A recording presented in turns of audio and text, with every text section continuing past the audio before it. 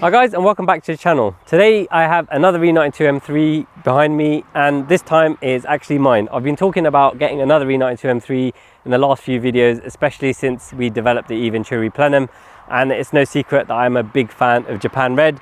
So someone with a Japan Red E92 M3 contacted me because they knew I was interested, and we've done a deal and the car is now here.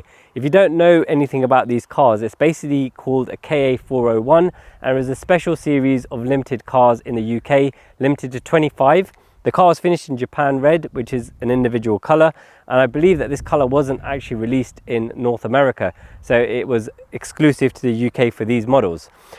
Apart from the Japan Red colour, the car has contrasting red stitching inside, the leather dash, and it has black gloss trims on the front grills, the side grills and the exhaust. So the base car is a competition pack. Currently this car is completely stock, but you know us, we can't keep the car stock for much longer. So what we're planning on doing is a matte finish carbon fiber E-Venturi Plenum intake and airbox lid, and we'll pair that up with Evolve X pipe and stage 2 remap. This car, it doesn't even have the DCT gearbox, so I'm looking forward to get that on there because it's very sluggish. So what we'll do is take the car for a drive. I'll reacquaint myself with what a stock compact feels like, and then we'll get it into the workshop and have a look at what we need to address more immediately in terms of the maintenance of the car. So let's jump in the car and go for a little drive. I just realized in the intro I said it doesn't have a DCT gearbox. What I meant was it doesn't have the GTS software in the DCT gearbox, which is one of the things we'll address first in the car because the stock software is quite slow.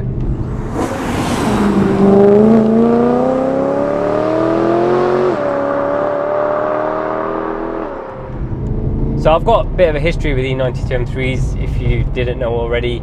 We had our first one in around 2009, and that's the car we developed the Evolve supercharger kit on, using the Roadtrek supercharger unit, and that was front mount air-to-air intercooled. We had that for about 2 years, and then we didn't have another one until probably 3 or 4 years ago when we developed the E-Venturi intake, and that car was a compact, and that was finished in mineral white. That's probably one of the best ones I've seen. It had 40,000 miles on it. The previous owners looked after it really well, and it was just a real joy to drive that car. Everything was really tight on it, felt quite new. Third one was a space grey E92 M3 compact, and that was in 2013 with 22,000 miles on the clock. And I did want to keep that car, but somebody offered me really good money for it, so I kind of let it go because it wasn't really the one I was lusting over.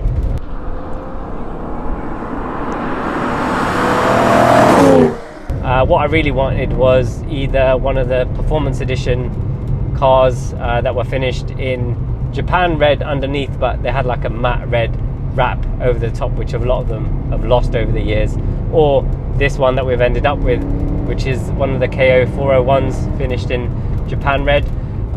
The colour's really bright, it really stands out, and I think it really suits the car. And for me, I really like the E92 M3, especially in compact guys.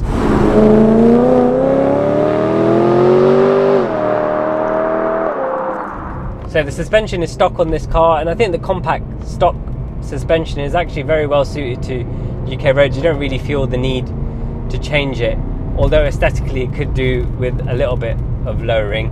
In terms of the rest of the modifications I've mentioned, we're going to do the full E-Venturi Plenum intake and airbox lid, and we're going to finish that in a matte carbon finish to make it a little bit different to what is out there at the moment. And we're going to pair that up with the Evolve X pipe with 200 cell cats, the Evolve stage 2 software and the GTS DCT. So I think for me that's kind of perfect road spec without going too far. If we get the chance, we will design our own aero for this car as well, but in the meantime we'll probably get the M Performance fangs for the front and the M Performance rear carbon spoiler.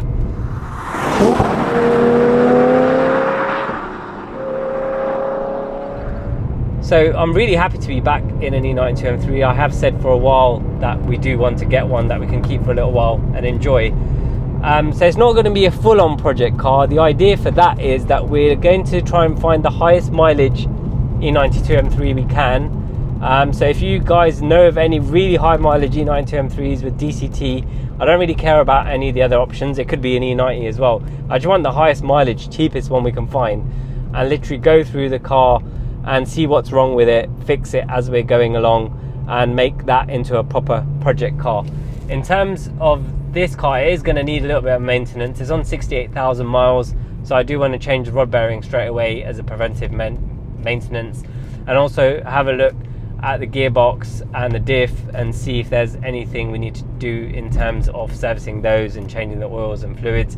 Apart from that, the car's pretty well looked after. It's got full BMW service history, and it's just a matter of us going over the car and kind of making it a bit more perfect. So I'm going to head back to the workshop now, get it on the ramp, and get Aston to look over the car and see what he can see.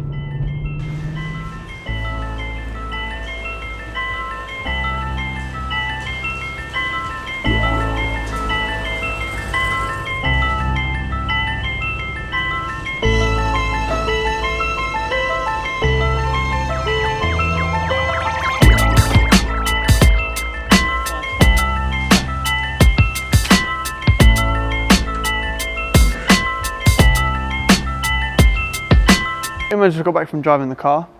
Before we bought the car, we did actually do a pre-purchase inspection, so I'm just going to run you through the things that we found on that. So we start at the rear. It's got most of the normal things that we find underneath an E92 M3 or E9X M3, like some of the bolts are a bit rusted and a bit of surface rust on some of the joints and stuff like that, but all the bushing and everything was pretty solid, so it was all okay. Again, with the exhaust, slight bits of rust and stuff on the brackets. There's a little bit of a crack on this one, so we'll sort that out. We'll probably weld that back up. It seems to be a bit of a blow coming from the exhaust as well, but we're not too worried about that because we're going to change it for an X pipe anyway, so we'll sort that blow out as we do that. Again, moving forward, same kind of thing, surface rust on the bracket and bits on the exhaust. And then moving on to the DCT, which we see on pretty much all of the DCT E92s I've worked on, has got weepage from the sump. So it's basically the DCT oil just slightly leaking around the seal. So again, that's something that we're going to fix. We will sort that out. We just change the pan, change the filters, do an oil refresh on it. We also noticed, speaking on oil, we did notice a slight leak from the diff, from the front of the seal as well, from the main shaft seal. So we will change the seals on that. Generally, the car's pretty good. Tyres are okay. We've got Michelin 4S's, which is obviously a bonus. All the treads are good. Moving on to the engine, we noticed again slight weepage of oil around the sump plug. This one's not too bad, but this one's got a bit of a leak, so it may be the copper seal, but we're going to do the rod bearings anyway because the car's on 68k, so we will change that when we change the rod bearings. We did also notice a bit of an oil leak on the side of the engine. I don't know how easy it would be to see from here, but you can see just up here there's a bit of oil residue on the pan, and it kind of works its way up the engine, so we know it's coming from quite a high point on the engine, which we found to be the rocker covers. So I'll bring the car down and I'll show you that from the top anyway.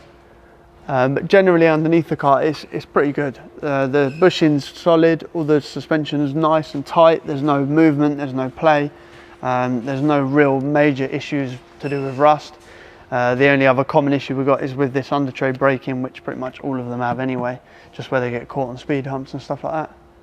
So we'll bring it down and have a look in the engine bay. So taking a look under the bonnet, again, it's a fairly clean example. There's nothing major that we should be too worried about. Obviously quite a compact engine bay, so you can't see a mass amount anyway. But that oil leak I was previously saying about that we noticed on the bottom, it seems to be coming from the rocker covers up here. So that'll probably just be a case of the gasket needs changing. Obviously being rubber, over time they perish, they get hard, they don't seal as well. So we noticed that there, and we noticed it a bit along the top. This side was worse than this side, but there is a slight amount of weepage on the top of the passenger side rocker cover as well. So yeah, other than the oil leaks, the engine just needs a general clean up anyway, which we'll do while we're in there doing the rocker cover gaskets. While we're doing that as well, we're going to change the plenum and the intake and the lid, all for the carbon fibre E-Venturi kit, so it'll look really nice and change up all that plastic stuff, just give a bit of a shine to the engine bay. That combined with that clean is going to be really good. So while we've got it on the ramp, we decided we'd do our first mod, which is spacers. So we're going to do 15 mil on the front and 12 mils on the rear. So I'll get them on now, and then that's mod number 1 ticked off the list.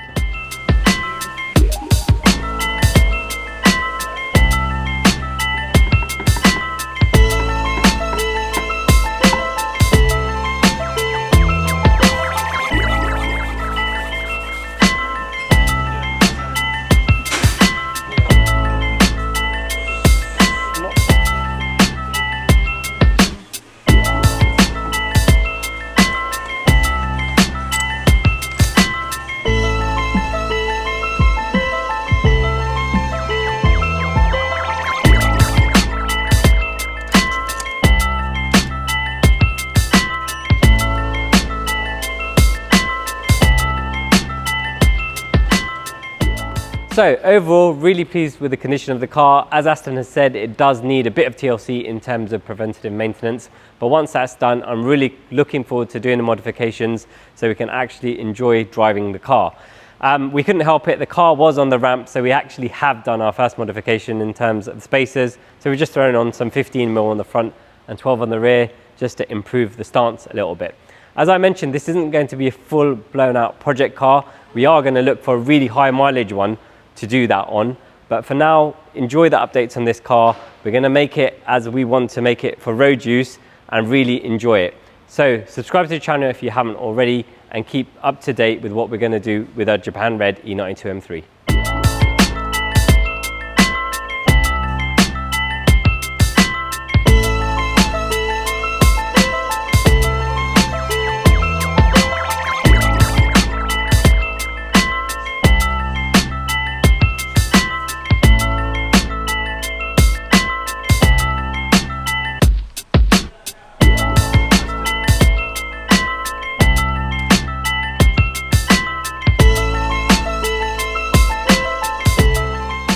Thank you so much for watching, guys. If you'd like to watch more of this project, you can do so over here. If you'd like to watch what YouTube suggests you might like from our other videos, you can watch that over here. If you like this video, please click on the thumbs up. And if you haven't already, please subscribe to our channel. If you guys have any questions, please drop them in the comment section and we'll do our best to answer them for you.